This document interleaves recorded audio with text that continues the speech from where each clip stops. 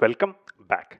In this video, let's look at a few pieces of code which can throw different kinds of exceptions. The first one which we'll be looking at is 1 by 0. What do you think will happen?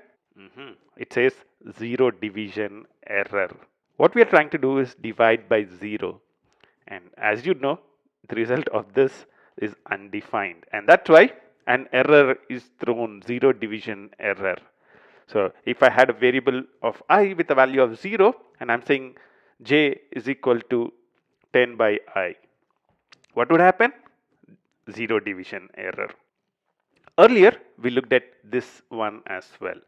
So 2 plus 2, we are trying to add a string 2 with a number 2. What would happen? It says type error. I don't know how to add a int and a string.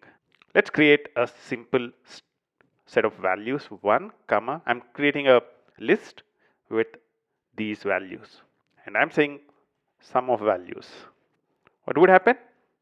Again the same error. What it's trying to do, this sum of values, is trying to add them up and it says okay, I don't know how to add int and a string.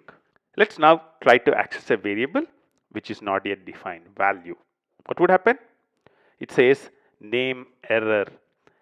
A name value is not defined yet. Earlier we created a list called values. So on the values, let's call property which is not really existing.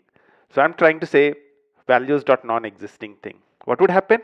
It throws something called list does not have an attribute non-existing. So what I'm trying to do is I'm trying to retrieve a variable, a non-existing variable from values, and this throws an attribute error. And the same thing happens if I'm trying to call a non-existing method. So what I'm doing in here is trying to call a method, and you'd see that this would also throw a attribute error.